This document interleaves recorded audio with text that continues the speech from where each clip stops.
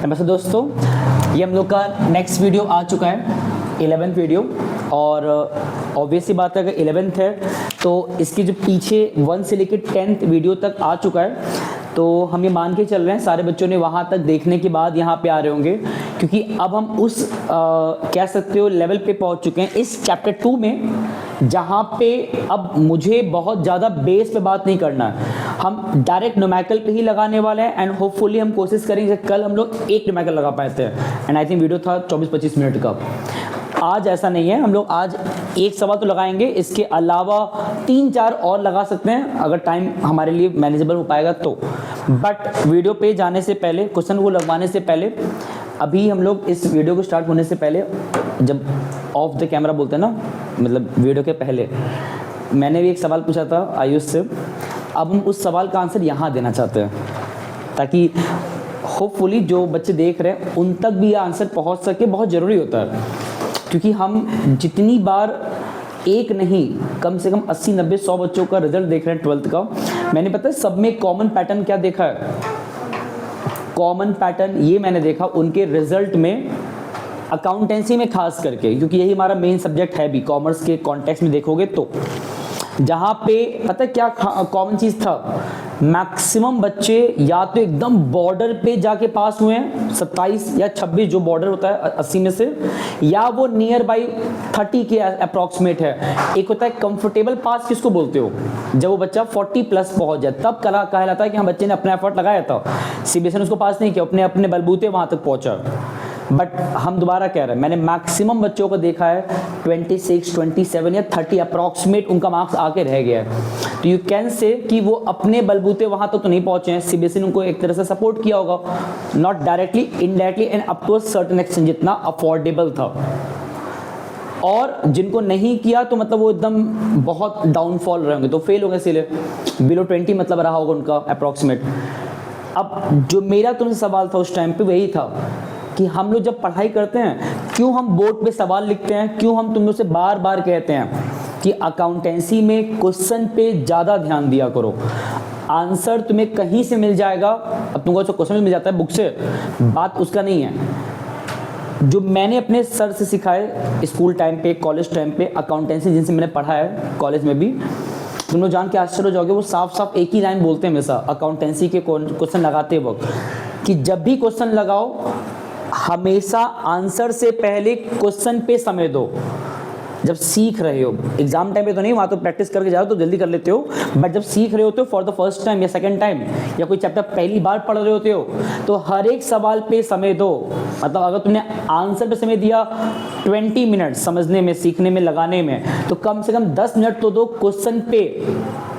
पढ़ो उसमें क्या लिखा है, उसमें क्या बातें कह रहा है, उसमें इन्वॉल्व हो जाओ।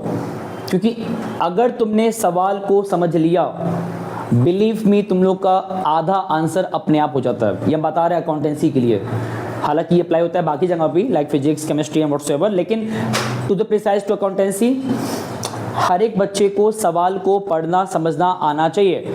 अब मैंने क्यों 2 बातें कहा, एक तो पहले वो जो बच्चे पासिंग मार्क्स पा रहे थे, एंड दूसरा ये सवाल कि सवाल पढ़ना चाहिए। दोनों में क्या कनेक्शन है जानते हो?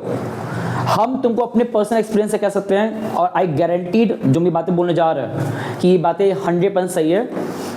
तुम चाहो तो वेरीफाई करना, कभी उन बच्चों जो 26 या 27 या 30 के अप्रॉक्सीमेट पा रहे हैं, पासिंग मार्क्स पा रहे हैं, फिर फेल हो गए, वो तुमको एक जवाब जरूर देंगे अपने उस सिचुएशन के रीजन बताते वक्त, कैसा उनके साथ क्यों हुआ, जस्ट पास क्यों हुए, फेल क्यों हुए।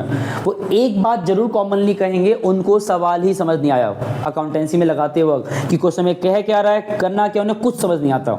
वो इसीलिए कुछ भी करके आ जाते हैं, और फिर टीचर जो कॉपी चेक करे वो बेवकूफ़ नहीं है। तुमने क्या लिख दिया है और तुम्हें क्या लिखना चाहिए तो उसको भरपूर पता है, वो कंपेरिजन कर ले रहा है, बेवजह पूरा लिखो, पूरा काट देगा तुमको, 0 देगा सीधा। तो इसका मतलब मेन निष्कर्ष मेरी बातों क्या निकल रहा है, सवाल को समझना सीख लोगे तो आंसर मोर देन हाफ समझ आ जाता है, बस लिखने की देरी होती है। अब यहाँ सवाल लिख छोड़े ना, मुझे एक एक वर्ड टू वर्ड पता है इसमें क्या लिखना है, क्यों रट के आया, ऐसा नहीं है, समझे हुए हैं कि इस केस का कॉन्सेप्ट क्या है, उस क्वेश्चन के पॉइंट ऑफ व्यू से मुझे पता है। तो अब यही कंडीशन कहीं भी हमको देगा किसी बड़े बड़े को सवाल में, वहाँ हम उतना कनेक्शन बना लेते हैं।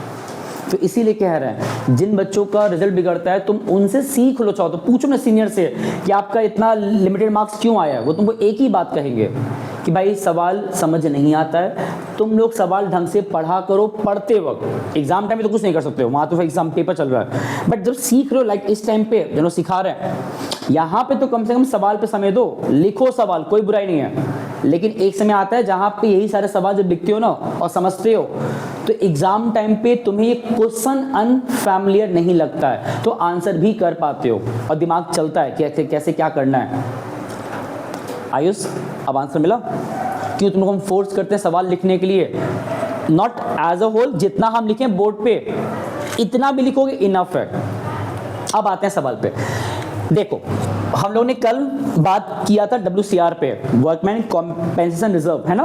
वो भी एक टाइप का रिजर्व होता है जो अपीयर रहता है बैलेंस शीट में लायबिलिटी साइड में, और जब भी रेशो बदलता है तो पार्टनर्स क्या प्रेफर करते हैं?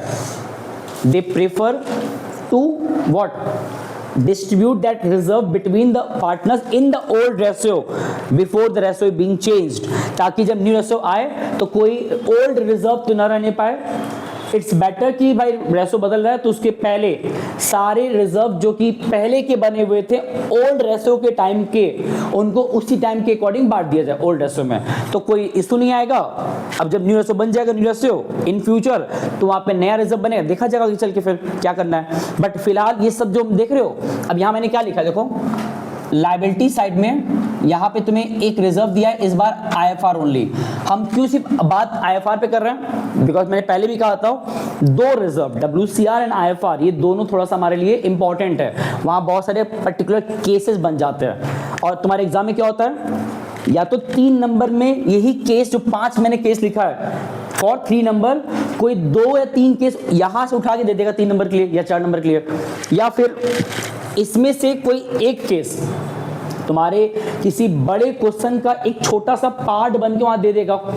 तो तुमने यहां सीखा हुआ है तो अप्रोच बदल नहीं जाएगा, जो यहां सीखे हो वही वहां अप्लाई करना पड़ेगा उस बड़े क्वेश्चन के बीच में। तो एटलीस्ट पहले सीख लो इंडिविजुअली अलग से कि इसमें कैसे क्या करना होता है।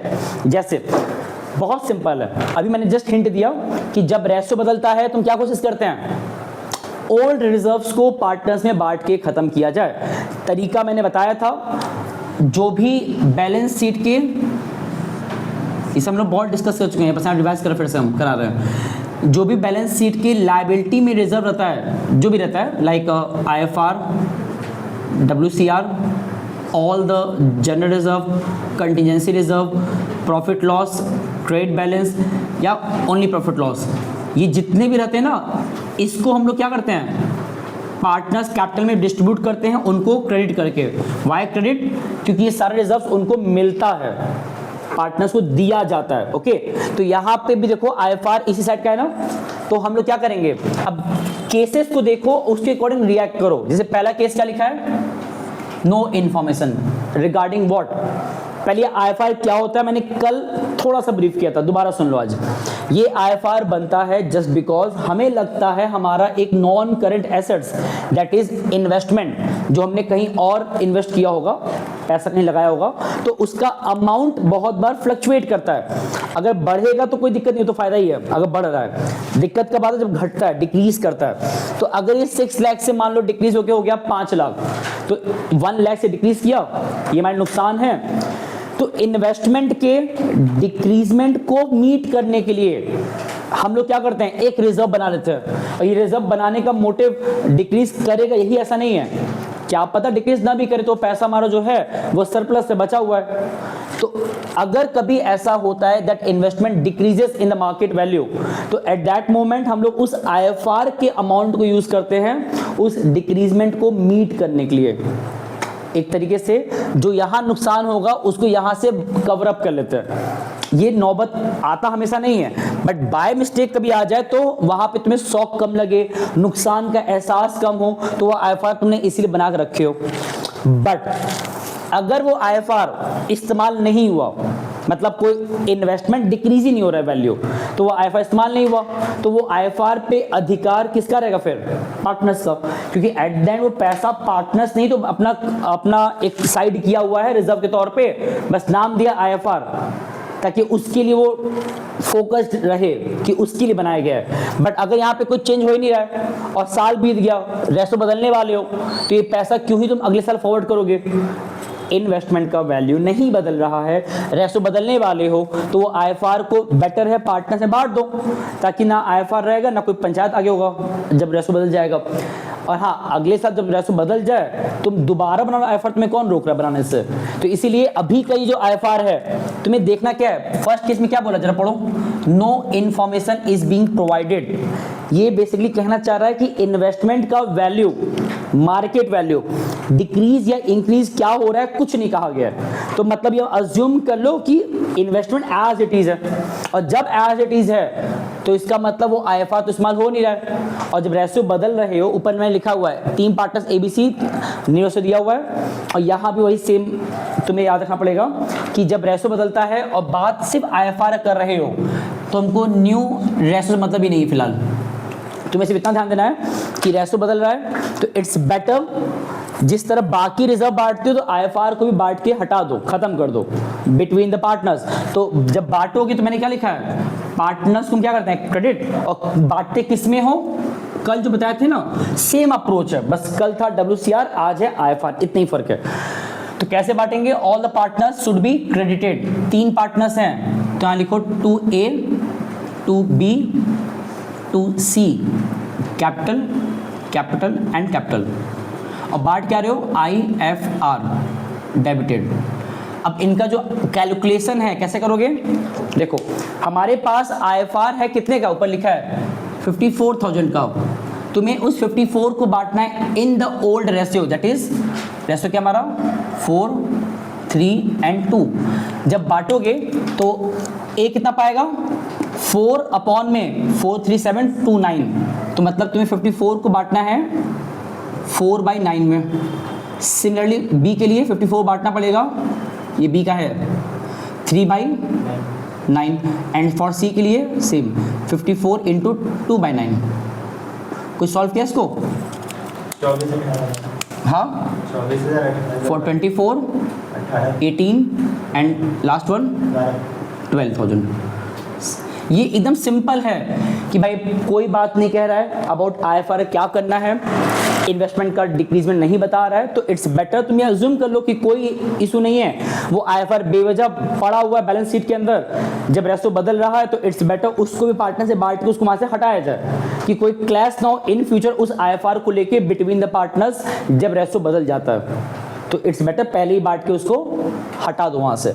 अब देखो यहाँ पे कह रहा है कि इस बार मार्केट वैल्यू 6 लाख हो गया, 6 लाख तो पहले से ही था, और हो कितना गया अगेन 6 लाख। तो इसका मतलब क्या कोई फ्लक्चुएशन आईएफआर में, सॉरी इन्वेस्टमेंट के वैल्यू में हुआ है? नहीं हुआ है। तो क्या करेंगे, जब नहीं हुआ है तो इसका मतलब अगेन ये पूरा जो आईएफआर था वो इस्तेमाल नहीं हुआ होगा। जब इन्वेस्टमेंट डिक्रीज इंक्रीज नहीं हुआ तो इसका मतलब आईएफआर का इस्तेमाल हो ही नहीं रहा है। तो बार बार वो बात कह रहे हैं हम कि जब आईएफआर इस्तेमाल नहीं हो रहा है और रेशो चेंज हो ही रहा है तो इट्स बेटर उस आईएफआर को हटाओ वहां से, डिस्ट्रीब्यूट करके between the partners, same logic से कि उनको देकर पैसा।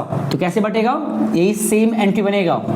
तो चलो लिख दे रहा हूँ 2A 2B 2C, और ये भी जब बांटोगे बिटवीन द पार्टनर्स तो ये 4 3 एंड 2 में बांट दो इन द ओल्ड रेशियो, और ये बांट क्या रहे हो IFR 54,000 सेम है, तो आंसर भी सेम ही आएगा। तुम लिख दे रहे डायरेक्टली 24 18। देखो आंसर सेम से फर्क नहीं पड़ता, यहाँ पे तरीका जान लो कि इस बार इन्वेस्टमेंट का दिया था एटलीस्ट कि कितने से क्या हो रहा है, बट हाँ सेम था इन्वेस्टमेंट का वैल्यू, मतलब आईएफआर इस्तेमाल नहीं होगा। बट अब देखो थर्ड केस जो हमारा अब नया है, ये दोनों तो आसान था। हाँ लिख लो भाई, ऑब्वियस सी बात है, मैंने ऊपर कहा था सेम है ना। हालांकि देखो टीचर कभी इतने मार्क्स नहीं काटता, उतना अंडरस्टूड होता है। तुम कौन सा आप ये भी लिखिए, आप ये देखो अकाउंट, तो ऐसा कोई लॉजिक नहीं है, तुम बड़े क्लास में आ रहे हो तो इतना माइनर मिस्टेक्स को इग्नोर किया जाता है एक हद तक। हाँ जब तुम पाओ 79.5 80 में से तो वहाँ पे काट लेंगे हम लोग। इधर देखो। अच्छा अब देखो ये इंपॉर्टेंट है, इस बार इन्वेस्टमेंट का वैल्यू जो कि बैलेंस शीट में 6 लाख का था, बट कितना हो चुका है मतलब 9000 से हमारा इन्वेस्टमेंट क्या हो रहा है। अब इस पे आने से पहले एक छोटा सा जानकारी तुम्हारी जो तुम्हारे क्लास 11 का था, वो क्या है, जब भी कोई हमारा एसेट्स डिक्रीज करता है तो आमतौर पे उस एसेट्स हम कहाँ लिखते हैं, बताओ, बहुत बढ़िया। और जब वो एसेट्स इंक्रीज करेगा तो भूल गए, debit was come in, credit was goes out, तो उस बिहाफ पे एसेट्स डिक्रीज तो क्रेडिट इंक्रीज तो अब यहां देखो हमारे पास आईएफआर था कितने का, ये तो फैक्ट है, रेशो बदल रहा है तो हम इस आईएफआर को बांटना चाहते हैं बिटवीन द पार्टनर्स, ये तो फैक्ट है। बस फर्क कितना है कि हमारे पास जितने का आईएफआर था, आईएफआर कितने का था, 54,000 का, इसमें से बिकॉज हमारा इन्वेस्टमेंट 6 लाख का था जो कि अब घट कितना हो चुका है, 591,000, दैट इज 9,000 से डिक्रीज कर गया है। तो एसेट्स जब डिक्रीज करता है तो कहां लिखाता है, तो बिकॉज इस बार हमारा इन्वेस्टमेंट डिक्रीज दिख रहा है तो 9,000 पैसा कहां से निकालोगे, इस आईएफआर में से, और कहां शिफ्ट करोगे, जो डिक्रीज हो रहा है, डिक्रीज कौन हो रहा है, और वो हमारा एसेट्स है, और जब वो डिक्रीज होता है खुद कहां लिखाता है वो, तो यहां पे नीचे एक नाम आएगा टू, जो डिक्रीज हो रहा है, इन्वेस्टमेंट कितने से, जितने से डिक्रीज हो रहा है, ध्यान देना, इन्वेस्टमेंट जितने से डिक्रीज हुआ है वो दैट इज चेंज अमाउंट, जितने से डिक्रीज किया है हमने वो अमाउंट लिख दिया, और क्यों लिखे हैं दोबारा कह रहा हूं, याद करो कल जो सीखे थे वहां पे क्या था WCR वाले में कि उतने का रिजर्व था जितने क्लेम आ रहा था, तुम उस क्लेम को नीचे लिख रहे थे, क्या नाम दे रहे थे, provision for workman compensation claim, ये वर्ड लिख रहे थे लायबिलिटी में नीचे, लायबिलिटी मान करके, यहाँ पे लायबिलिटी नहीं है, बिकॉज एसेट्स डिक्रीज किया है तो नीचे आ गया, जितने से डिक्रीज क्या लिख दिया हमने। अब देखो आउट ऑफ 54 9 यहां शिफ्ट हो गया, स्टिल हमारे पास पैसे बचे होंगे, बताओ कितना बचा है। यहां पे अगर गैप देखोगे तो हमारे पास एक्चुअली 45,000 का आईएफआर अभी भी रिमेनिंग बचा हुआ है ना, और इस 45,000 रिजर्व जो बचा है, अब बिकॉज इन्वेस्टमेंट का डिक्रीज मीट हो गया, जितने से घटा तुमने उतने पैसा निकाल लिया आईएफआर में से, बट अब जो पैसा बचा अगेन रेशो बदल रहा है, तो पार्टनर्स चाहेंगे इस रिमेनिंग आईएफआर को भी आपस में ही बांट के इसको वाइंड अप करने का, क्योंकि रेशो बदल रहा है ना। हाँ, बट इस बार वो आपस में 54 नहीं बांट रहा है, इतना यूज कर ली इन्वेस्टमेंट के डिक्रीजमेंट को मीट करने के लिए। अब जो रिमेनिंग बचा that is 45, they will distribute that amount amongst themselves in the old ratio. तो कैसे बांटोगे, again to A, to B, to C, and amount कैसे लिखोगे, इस बार ऐसे बांटना 45,000 को इनटू ये ए का है तो 4/9, 20,000 देखा जाए कितना आएगा, पर लिखने दो, 45,000 इंटू में 2/9, 45,000 में इंटू नहीं सॉरी यहाँ 3 है बी का, एंड इसका है 2, तो जब सॉल्व किए कितना आ रही है 20,000, पक्का ना, ठीक है। नेक्स्ट बताओ 15 एंड लास्ट, ठीक है। 3 केस हमारा सिंपल था बट इंपॉर्टेंट था, पहले इसको उतारिए और फिर ये दोनों हम लोग करते हैं, दोनों और मेन है आईएफआर में, ये दोनों मोस्टली एग्जाम में आता है, केस 3 भी आ सकता है। केस 1 तो सिंपल था, वो डायरेक्ट बस बांटना था, इतना लिखो, यहां बात कर रहे हैं, ठीक है।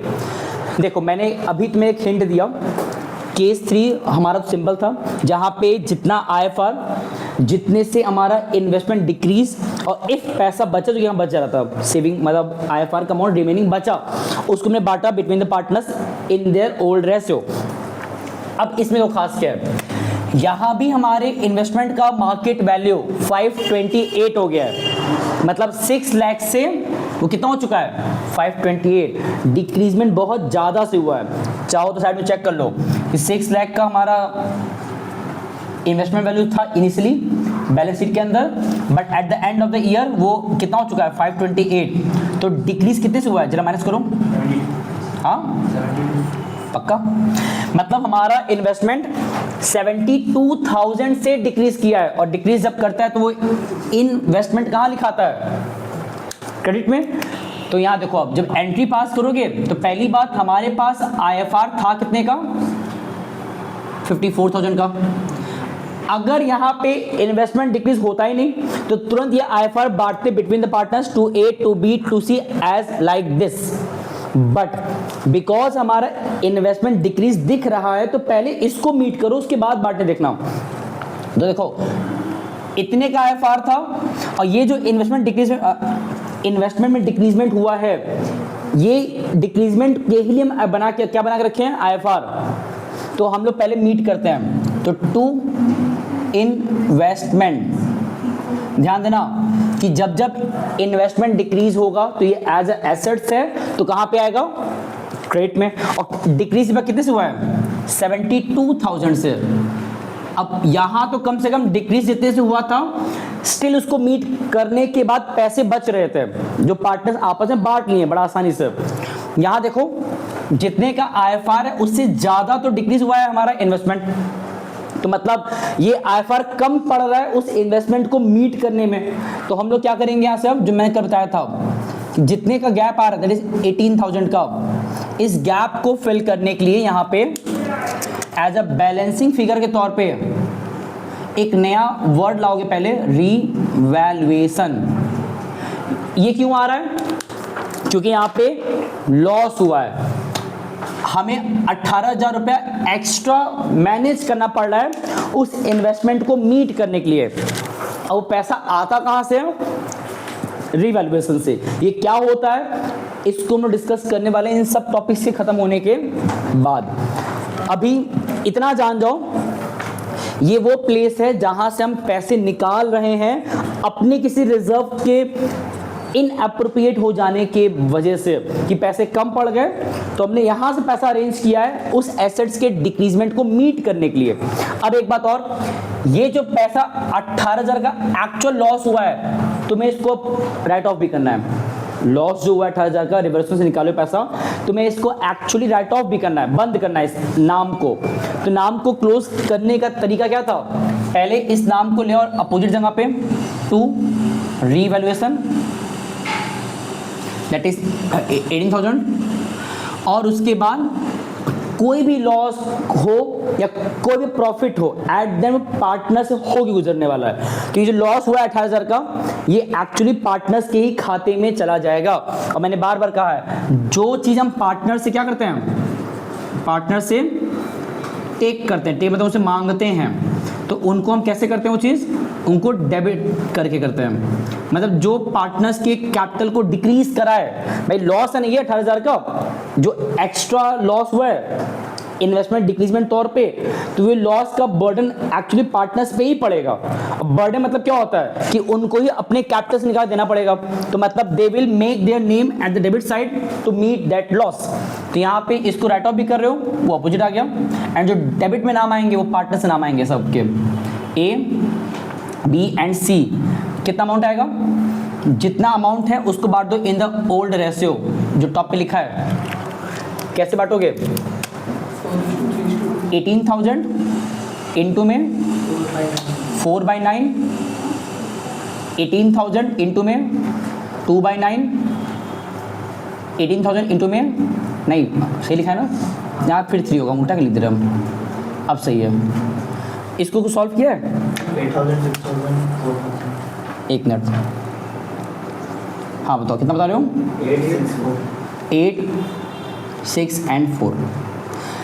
यही केस हमने कल पढ़ा था, सेम एज लाइक WCR का जो आखिरी वाला हमारा केस था, याद करो, जाके मैच कर लेना, सिर्फ नाम का फर्क है, बाकी अप्रोच वही है। तो इसीलिए कह रहे हैं चीज़ों को समझा करो, रटने जरूरत नहीं है। अब इसमें मैंने एक केस हम लोग देखो और दिख रहा है। नॉर्मली क्या होता है ना, WCR वाले में 4 ही केस था, यहाँ भी हम लोग 4 केस मेनली पढ़ लिए हैं, बट यहाँ पे एक एक्स्ट्रा केस दे दिया है। देखो दोनों पैरेलल चल रहा है, जितना केस वहां पे था उतने केस यहाँ भी है, बस 1 मोर एक्स्ट्रा केस हमको दे दिया है, दैट इज ये वाला। और थोड़ा स्पेस लेगा तो इट्स बेटर, उसको हम थोड़ा ऊपर लिखते हैं हम, यहाँ लिखते हैं केस नंबर 5, जहाँ मार्केट वैल्यू ऑफ इन्वेस्टमेंट कितना हो चुका है, 6,60,000। अब देखो अभी तक हर एक में हम को देख रहे थे कि आईएफआर हमारा इन्वेस्टमेंट डिक्रीज ना होने पाए। ये हमारा एकमात्र ऐसा केस आया जहां पे हमारा इन्वेस्टमेंट क्या दिख रहा है इस बार, बताओ, इंक्रीज दिख रहा है ना। अब ध्यान देना, अगर इन्वेस्टमेंट इंक्रीज हो रहा है तो क्या हमारा आईएफआर यूज होगा, है ना? देख के बताओ, अगर हमारा इन्वेस्टमेंट इंक्रीज हो रहा है तो अब किस बात का आईएफआर यूज होगा? तो इसका मतलब क्या हुआ, ये तो फैक्ट है, अगर इंक्रीज हुआ है तो मतलब ये जो पूरा आईएफआर था वो तो एक तरीके से हमारा पूरा बच गया, इस्तेमाल ही नहीं हुआ। तो जब हमारा आईएफआर इस्तेमाल नहीं हो रहा है तो इट्स बेटर कि हम पहले अपने उस आईएफआर को पार्टनर से बांट के उसको एंड अप करें, हाँ है ना भाई। मैंने बार बार कहा है आईएफआर का दो ही मकसद था, या तो बढ़ जाए पार्टनर्स के बीच में, या जिस पर्पस के लिए बनाया गया है to meet the investment fluctuation, वो पर्पस यहाँ पे हो जाए। यहाँ पे तो कुछ कहा नहीं था, मैंने बांट दिया, यहाँ कहा था बट सेम था अमाउंट इन्वेस्टमेंट से, तो मतलब पैसा यूज नहीं हुआ तो पूरा बांट दिया गया। यहाँ पे थोड़ा घटा है, डिक्रीज हुआ था, तो जितने से डिक्रीज हुआ हमने आउट ऑफ दैट पूरे आईएफआर में से उतना कॉम्पेंसेशन ले लिया इन्वेस्टमेंट की मीट आउट करने की लॉस को, बाकी जो रिमेनिंग था उसको मैंने बांट दिया पार्टनर्स के बीच में। यहाँ तो भाई जितना आईएफआर था उससे ज्यादा हमारा डिक्रीजमेंट हुआ था, तो पैसा रिमेनिंग बचा ही नहीं था, तो पार्टनर्स को मिलना तो कोई पॉसिबल था ही नहीं, देना इम्पॉसिबल था। उल्टा यहाँ पे नुकसान 18,000 का और हो गया था, उस नुकसान को हमने पार्टनर से मांग लिया इस बार देने के बजाय।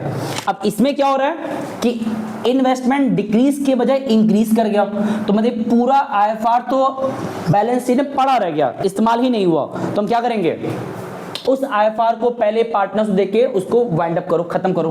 तो कैसे बांटोगे, सेम यही पहला एंट्री बनेगा केस 1 वाला, क्योंकि जब बांटने की बात आ रही है नॉर्मल बांटो सिर्फ। तो IFR account debited to A, to B and to C, और इसको जब डिस्ट्रीब्यूट करना तो ये same in the old ratio, that is 4, 3 and 2। Amount हमारा है 54, जो वहाँ लिखा हुआ है सेम एकदम है, तो चेंज नहीं होगा। 24, 18 एंड 12। बट यहाँ पर रोक मत देना, क्योंकि अभी तक जब इन्वेस्टमेंट डिक्रीज हो रहा था तुमने उसको दिखाया इन जगहों पे, जितने से डिक्रीज क्या दिखा रहे थे, 9,000 डिक्रीज वो भी दिखायो, डिक्रीज क्या 72 वो भी दिखायो। तो क्या अगर इस बार इंक्रीज हुआ है तो उसको दिखाओगे नहीं? अभी मैंने सिर्फ बांटा है आईएफआर को, उसके बाद ये जो इन्वेस्टमेंट हमारा इंक्रीज दिख रहा है 60,000 से 6 लाख था 660 हो गया, तो जो इंक्रीज हुआ है तुम्हें उसको भी अपने रिकॉर्ड्स में जनरल एंट्री तौर पे दिखाना होता है। बस ये ध्यान देना कि इस बार हमारा एसेट्स क्या हो रहा है, इंक्रीज, और जब इंक्रीज होता है तो वो एसेट्स कहाँ लिखाता है, एज पर रूल्स के हिसाब से। तो मतलब इस बार जो एंट्री बनेगा जब हमारा इन्वेस्टमेंट इंक्रीज हुआ है तो जो इन्वेस्टमेंट वर्ड है वो एज पर रूल्स इस बार डेबिट में आएगा इस तरीके से। और ये जो इंक्रीज हुआ है ये कितने से हुआ है, 60,000 से। मालूम कैसे चला, जितना पहले था जितना हो गया मैच कर लो, माइनस कर लो। और ये जो 60,000 का फायदा हुआ है ये तुम डायरेक्टली पार्टनर्स को नहीं दे सकते हो। जैसे तुम अगर चाहो कि भाई इतने से इंक्रीज हुआ है तुम ये पूरा अमाउंट एक बार में दे दे पार्टनर्स को सिंपल वे में, तो ये गलत तरीका होता है। एक प्रोसेस के तहत देना होता है। वो प्रोसेस क्या है, पहले इस 60,000 को वहां शिफ्ट करो जहां पे पैसे को रखा जा रहा है। रिवैल्यूएशन ऑफ प्लेस है, रिवैल्यूएशन जहां पे हम पैसे का स्टोरिंग करते हैं और वहां से पैसा निकालते भी हैं वक्त आने पे। यहाँ निकाल रहे थे, जब यहाँ फायदा हुआ तो वहां पैसे भेजोगे। तो एक तरीके से सिंपली यहाँ पे नीचे जो आएगा बैलेंस के तौर पे क्या आएगा, रीवैल्यूएशन। और ये हमारा एक तरीके से प्रॉफिट को इंडिकेट कर रहा है, ये हमारा लॉस को इंडिकेट कर रहा था। तो जब रीवैल्यूएशन ऊपर लिखा था डेबिट में तो लॉस को इंडिकेट करता है, और नीचे आए तो प्रॉफिट को इंडिकेट करता है। इस बात को भी याद रखना, हम लोग आगे डिस्कस करेंगे, बस अभी हिंट दे रहे हैं सिर्फ तुम लोग के लिए। ये पैसा वहां चला गया, फिर यही पैसा हम किसको दे देंगे, पार्टनर्स को। कैसे दे देंगे, पहले इस नाम को क्लोज करो। और क्लोज का तरीका क्या मैंने बताया था किसी भी नाम को अकाउंटेंसी में क्लोज करना हो तो उसको उसकी जगह से अपोजिट बैठा दो। तो तुम्हें इस रीवैल्यूएशन वर्ड को क्लोज करना है तो ये ऊपर ले आओ, एंड लाने के बाद देना पार्टनर्स को एट द एंड। और जो भी चीज पार्टनर्स देते हो तो उनका नाम कहाँ लिखाता है, जो उनको प्रोवाइड करते हो तो ऐसे केस में उनका नाम लिखाता है क्रेडिट साइड में। तो यहाँ पे पार्टनर्स का नाम नीचे आ जाएगा, to A, to B and to C. और अगेन तुम्हें इसको बांटना है in the old ratio only, किसी और में मत बांट देना। लाइन टेढ़ा हो गया बताया करो। खैर अब जब बांटेंगे तो तुम्हें इस 60,000 को बांटना है in the old ratio, that is कितना था ऊपर 4/9, then after 3/9 and last one 2/9। Solve कियो, बताओ कितना आ रहा है। हाँ करो करो करो, तो दिमाग लगाओ, क्योंकि पॉइंट में भी जाता है, इसके लिए परेशान नहीं होना होता है। 26,000 कितना ऊपर वाले का कितना 26,666 तो उसको 6 7 कर दो। यहाँ कितना आ रहा है 20 आएगा, ये यहाँ कितना आएगा आई बिलीव आएगा 1 3 3 3 3। चेक कर लो, हम डायरेक्ट अपने मन से किए, मिला लेना। देखो ये सवाल जो मैंने सॉल्व कराया ना IFR वाला और कल लगवाया था WCR वाला, ये दोनों हर साल बोर्ड एग्जाम में किसी न किसी लेवल पे आता है। 1 मार्क्स में आए, सेपरेटली 3 मार्क्स या 4 मार्क्स में आए, या बड़े क्वेश्चन के तौर पे छोटा सा उसमें हिस्सा बनकर आ जाए, आएगा जरूर। तो ये केसेस मत भूलना। और जानते हो ये सब केस ऐसा है ना जो बच्चे मतलब एग्जाम छोड़ो, प्रैक्टिकल टाइम जब चलता है बोर्ड एग्जाम जनवरी में, वहाँ बता नहीं पाते हैं, पता नहीं कैसे भूल जाते हैं। तो इसको याद रखो, बहुत काम का, ये भी हमें काम आएगा। चैप्टर नंबर जो बाद में पढ़ेंगे एडमिशन, रिटायरमेंट, डेथ, डिसोल्यूशन, वहाँ तक आने वाला है। ठीक है, इसको उतारो, हम लोग इसके बाद एक सवाल और लिखने वाले हैं। ठीक है, अब ये देखो यहाँ पे मैंने एक क्वेश्चन और लिखा है, दैट इज क्वेश्चन 29। अभी हमने जो क्वेश्चन पिकअप किया था that was question number 33 as per new book of the D Goyal, और कल जो लगवाया तो कौन सा था वो 31। अभी हम लोग रिवर्स क्यों जा रहे हैं, 31 33 देन 29। देखो बात क्या है, मेरा मोटिव था कि रिजर्व सरप्लस का अप्रोच पढ़ाने के बाद हम पहले उन दो रिजर्व पे ज्यादा काम करा दे जो मेन इंपॉर्टेंट था, WCR एंड IFR, वो दोनों हो गया। अब मेरा टारगेट है कि जो हमारा लास्ट हेडिंग है that is revaluation of liability and assets, इस चैप्टर का लास्ट टॉपिक रहेगा वो, उसको शुरू करने के पहले टिल क्वेश्चन नंबर 40 तक 40 एज पर न्यू बुक, तो 40 क्वेश्चन के ऊपर जितने भी सवाल हैं रिजर्व सरप्लस को लेकर के, फ्रॉम स्टार्ट कहां से हो रहा है वो 25 से, मतलब 25 से लेके 40 के बीच में जितने भी क्वेश्चन हैं उनको हम पिकअप करेंगे अब अपने हिसाब से जो मेरे काम के हैं। WCR IFR हो चुका है, इसके ऊपर मैंने कुछ और भी कराया था, उसको भी हटाओ। अब जो क्वेश्चन लगवाएंगे WCR IFR को इंडिविजुअली करवाने के बाद स्टार्टिंग फ्रॉम हेयर, वो सारे सवाल तुम्हारे बोर्ड एग्जाम में 3 नंबर के लिए या 4 नंबर के लिए हर साल आए हुए हैं। इवन जो ये सवाल पिकअप किए हैं जहां पे बिलीव मी क्वेश्चन तुम्हारा हार्डली है 1 मिनट का, अगर सॉल्व करोगे सिर्फ खुद एग्जाम टाइम पे, अभी समझाएंगे टाइम लेंगे समझाने में हम, बट जब खुद करोगे लेस देन 1 मिनट लगता है सब। सुनो कैसे, अब पहले सवाल देख लो। हमें यहाँ पे 2 पार्टनर्स का ओल्ड रेशियो दिया हुआ है and after certain particular period of time उन लोगों ने डिसाइड किया to change their ratio from 3:2 to 3:4। 3:2 का ओल्ड रेशियो था, they have decided to change the ratio 3:4 में, कोई दिक्कत नहीं है, नॉर्मल क्वेश्चन हुआ। बट यहाँ पे एक गिवन दे दिया है that at the time of change of the ratio their balance sheet appeared a profit balance credit balance. ध्यान देना ये पूरा वर्ड लिखा है, प्रॉफिट लॉस क्रेडिट बैलेंस ऐसे लिखा था क्वेश्चन में, और क्रेडिट अगर बोल दिया है तो याद रखना PL 2 जगह होता है, वो होता है एसेट्स में भी होता है, लायबिलिटी में भी ना, मैंने यहाँ रब करवा दिया है। जो होता है एसेट उसको लॉस बोलते हैं डेबिट बैलेंस, और जो होता है लायबिलिटी साइड वो होता है credit balance that is profit. और मैंने बताया भी था कि जब रिजर्व दिया हो एनीवन, कोई भी WCR IFR general reserve contingency reserve या PL, जो होता है लायबिलिटी साइड में, ये सब हम पार्टनर्स को प्रोवाइड करते हैं, है ना। जब रेशो बदल रहा होता है तो उस टाइम प्रोवाइड करते हैं। तो यहाँ पे एक ही लाइन लिखा है, pass the general entry assuming that partners decided to distribute the profit। ये कंप्लीट लाइन ना भी लिखे ना, अंडरस्टूड है कि जब तक वो लाइन ना कहे, कौन सा लाइन, कि partners have decided not to distribute the PL account, the profit after at the time of change in profit sharing ratio.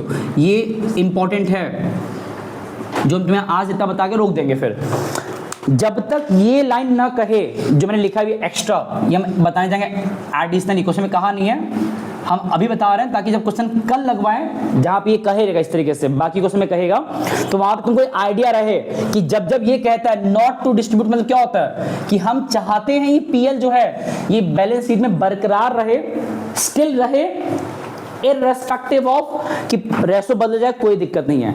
तो ये जब तक ना कहे तो ऑलवेज ये मान लो कि बांटना है ही। तो अब जो पहला केस जो क्वेश्चन में कहा हुआ है कि तुम्हें पार्टनर्स के रेशो के बदलने के टाइम पे उस अवेलेबल प्रॉफिट को पार्टनर्स में बांट देना है, तो ये सबसे सिंपल है। जब बांटने की बात कह रहा है तो न्यू रेशो मतलब नहीं है, न्यू रेशो से सिंपली उस अवेलेबल प्रॉफिट को जो क्वेश्चन में दिया हुआ है, ये बता रहे पहला पार्ट, सिंपली उस अवेलेबल प्रॉफिट को पार्टनर्स में बांट दो। और मैंने कहा हुआ है जब प्रॉफिट रहता है तो पार्टनर्स को दिया जाता है ना, उनको प्रोवाइड करते हैं, और एट दैट मोमेंट उनका नाम कहाँ लिखाता है, क्रेडिट में। तो यहाँ दो ही पार्टनर्स हैं, तो 2A 2B कैपिटल एंड बांट दो सिंपली। ये था हमारा 70,000। ये आपको डिस्ट्रीब्यूट करना है between the partners in the old ratio, that is 3:2। तो बांटो जरा। जब इसको लोग बांटेंगे तो ये ऐसा हो जाएगा 70 इंटू, ये हमारा A है, हमारा B है, तो A कितना है 3/5, और यहाँ कितना आएगा 70 इंटू 2/5। कोई सॉल्व करो, बताओ कितना रहेगा। 42 एंड नीचे 28,000, ठीक है। तो अगर हम तुम्हारे बुक के अकॉर्डिंग काम करें तो ये हमारा क्वेश्चन खत्म। क्वेश्चन 2 नंबर का भी नहीं है, क्वेश्चन 1 नंबर का है एज पर MCQs के पॉइंट ऑफ व्यू से। सेम सवाल बन जाएगा 3 नंबर का, सिर्फ ये वर्ड अगर जोड़ दे क्वेश्चन में, तो मतलब ये पार्ट क्वेश्चन में ना कहे, ये तो सिंपल था ना, बस बांटना था, बांट दिया एज पर जो रूल्स था, जो बहुत बार किए भाई रिजर्व्स बांटने होते हैं, तो बस देख लो रिजर्व किस साइड का है। इफ रिजर्व लायबिलिटी साइड का है तो पार्टनर्स के नाम को नीचे लिखो, उस रिजर्व को ऊपर लिखो एंड बांट दो ओल्ड रेशियो में, सिंपल। लेकिन अगर नॉट कभी कह देगा, यहां नहीं कहा है, हम बस बता रहे अपने मन से कि ये जान लो, फिर क्वेश्चन रोक देंगे आज। तो अगर नॉट कभी कहेगा तो तुमको एक런 सा काम अपना बढ़ाना पड़ेगा। ध्यान देना, जब भी तुम्हें नॉट कहेगा कि not to distribute, not to distribute the reserve, या जो भी तुम्हारा सरप्लसेस या प्रॉफिट लॉस कुछ भी दिया है ना, नहीं बांटना है। तो इसका एक सिंपल सा सीक्वेंस है, फॉलो कर लो, कभी भूलना मत। वो क्या है, ऐसे केस में तुमको अब चेक करना पड़ेगा, जब नहीं बांटना है उस प्रॉफिट को बिटवीन द पार्टनर्स, तो एट दैट मोमेंट तुम्हें वहां पे देखना पड़ता है कि अब उस रेशियो के बदलने के वजह से, रेशियो के बदलने के वजह से तुम्हें ये चेक करना पड़ेगा कौन सा पार्टनर यहां पे गेन एंड सेक्रीफाइस किया। काम बढ़ गया हमारा। नहीं बांटना था तो तुमको अब थोड़ा सा लेंदी प्रोसेस फॉलो करना होता है कि जब पार्टनर्स ने आपस में म्यूचुअल कंसेंट के लेवल पे ये डिसाइड किया that they does not want to distribute the profit, rather they want to put that profit in the balance sheet irrespective of ratio बदल, कोई दिक्कत नहीं है। बट अगर रेशो बदल रहा है तो एक चीज चाहेंगे जरूर, भले बांटेंगे नहीं, बट क्या चाहेंगे फिर, बिटवीन दैम जो भी सेक्रीफाइस गेन कर रहा है वो आपस में एडजस्टमेंट कर लें, कंट्रीब्यूट कर लें, पैसा लेन देन कर ले। तो उसके लिए पहले चेक तो करो कि इस रेशो के बदलने की वजह से गेन या सेक्रीफाइस कौन किया, एंड फॉर्मूला क्या था, ओल्ड माइनस में, और सॉल्व करने पे अगर आंसर प्लस में आ गया तो सैक्रिफाइस, और माइनस में आ गया तो ये सब डिस्कशन बहुत बार किए हैं। ये हम लोग का 11th वीडियो है, तो ये मान के चलें तुम सब लोग भी जो देख रहे हो वो भी 1 से 10 देखे हो, तो उसमें कोई इतना ही सुनना नहीं चाहिए। अब जब यहाँ पे ए का चेक करोगे कितना आएगा, एक सैक्रिफाइस किया गेन किया, चेक कैसे करोगे, फॉर्मूला क्या है, ओल्ड माइनस न्यू। यहाँ पे ओल्ड कितना है, एक है 3/5, और कितना न्यू है 3/7। यहाँ से न्यू, यहाँ से ओल्ड निकाल लो, सॉल्व करो, इसमें लेके आएगा इसके, यह आएगा 7 3 जाओ 21, यह आएगा 5 3 जाओ 15, this will come 36, and plus में आ रहा है तो ये सैक्रिफाइस है। बी का निकालो, सैक्रिफाइस और गेन कितना आएगा, बी वाला गेन करें। हाँ बट तभी करो फॉर्मेलिटी में, कोई दिक्कत नहीं है। ये आएगा 7 तो 14 माइनस 20, तो ये आएगा -6/35, दैट इज गेन।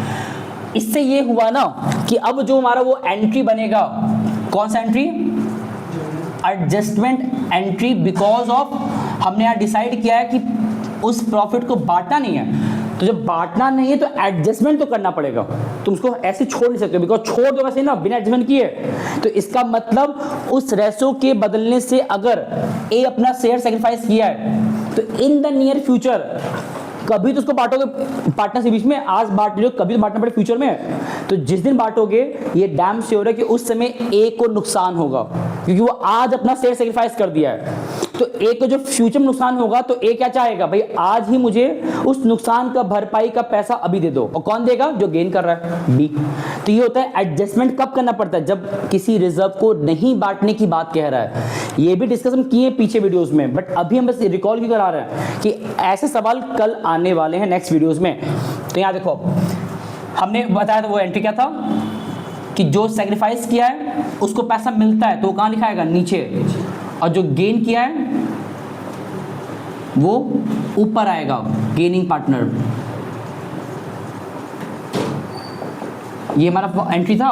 बस एक छोटा सा ध्यान देना बात को, जो बहुत जरूरी बताना है, ये एंट्री तब बनाना जब हमारा एडजस्टमेंट अमाउंट जिसका तुम एंट्री बनाने जा रहे हो, एडजस्टमेंट अमाउंट प्लस में रहेगा।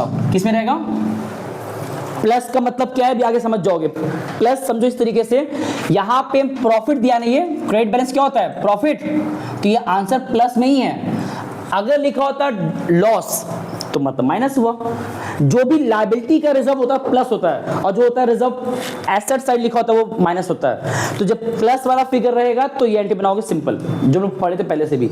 अब एंट्री बनाओ, यहाँ पे सेक्रीफाइस कौन किया, ए, तो वो नीचे आएगा जनरल एंट्री 2A कैपिटल, और गेन कौन किया है, बी, तो ऊपर आएगा बी कैपिटल। अब इनका अमाउंट कैसे लिखोगे, जितने का वो प्रॉफिट का अमाउंट था और जितने से वो गेन एंड सेक्रीफाइस किए हैं, प्रॉफिट अमाउंट वहां लिखा है 70,000, उसको डिस्ट्रीब्यूट कर दो in this particular gaining and sacrifice proportion. B का यहां दिया है 6/35, यहाँ पे भी 6/35। सॉल्व क्यों कितना आएगा ये, हाँ पागल हो क्या, ये तुम्हारा 2 आएगा तो 12 चला रहा है, तो क्या सॉल्व कर रहे हो। ये पार्ट मैंने अपने मन से कराया है इस क्वेश्चन में। तुम्हारे एग्जाम में अगर ये पार्ट कभी कहेगा तुम्हें इसी तरह करना होता है, गेनिंग सेक्रीफाइस निकालना पड़ता है एंड उसके बाद उसका एंट्री पास करना होता है। ये तुम्हारा इंपॉर्टेंट पार्ट है। अगर दोनों पार्ट तुम्हारे एग्जाम में दे दिया, दोनों पार्ट, तो ये सवाल बन जाएगा 4 नंबर का। अगर सिर्फ पहला पार्ट दिया तो 1 नंबर का है, सिंपल था वो। बट अगर सेकंड पार्ट सिर्फ देगा तो 3 नंबर तक चला जाता है अप्रोक्सीमेट। और आखिरी चीज, अभी यहाँ पे सिर्फ एक रिजर्व है। पता है क्वेश्चन कैसे बड़ा होता है, कैसे क्वेश्चन बढ़ाया जाता है, एक्सपेंड कैसे होता है, एक्सपेंड। तुम्हें इसी में जोड़ देगा गुडविल भी, वो भी कौन कौन सा वाला, वैल्यूड, अपीयर्ड दे देगा। इसके अलावा और रिजर्व दे देगा कोई ना कोई, तो काम बढ़ाने की चीजों को और ऐड अप कर देगा। करो यही सब, बस चीजें थोड़ा सा और उसमें ऐड करके तुम्हारे काम को बढ़ा दिया जाएगा। फिर भी हम लोग अभी जो 2 क्वेश्चन लगाए हैं, खासकर ये वाला सवाल, जहां मैंने तुमको ये सेकंड पार्ट अपने मन से बताया है कि जब लोग कल मिलेंगे तो इस पे सवाल जब लगाएंगे कल, तो वो तुम्हें जल्दी अब क्लियर होगा, क्योंकि जब नहीं बांटना होता है तो you have to follow this process, जहां पे आप पता लगाओ कौन गेन कौन सेक्रीफाइस किया, और फिर उसके अकॉर्डिंग उस पर्टिकुलर होल अमाउंट को नहीं बांटोगे, लेकिन उस पूरे होल अमाउंट में से जितने का गेन जितने सेक्रीफाइस हो रहा है वो आपस में एडजस्ट कर दो पार्टनर्स के बीच में। चलो ये हमारा 11th है, कल संडे भी है, होपफुली कल देखते हैं, कोशिश करेंगे, अगर हो पाएगा तो नेक्स्ट पार्ट आएगा, अदरवाइज हमारे पास समय भी है। बस ये है कि चैप्टर धीरे धीरे एंड अप के प्रोसेस में आ रहा है, तो इट्स बेटर जो जो हम लोग अभी तक लगाए हैं उसको रिवाइज कर लो एंड मिलते हैं नेक्स्ट वीडियो में, ठीक है। इसको उतार लो, वीडियो ले लो, स्क्रीनशॉट ले लो, सॉरी। चलो धन्यवाद, नमस्ते।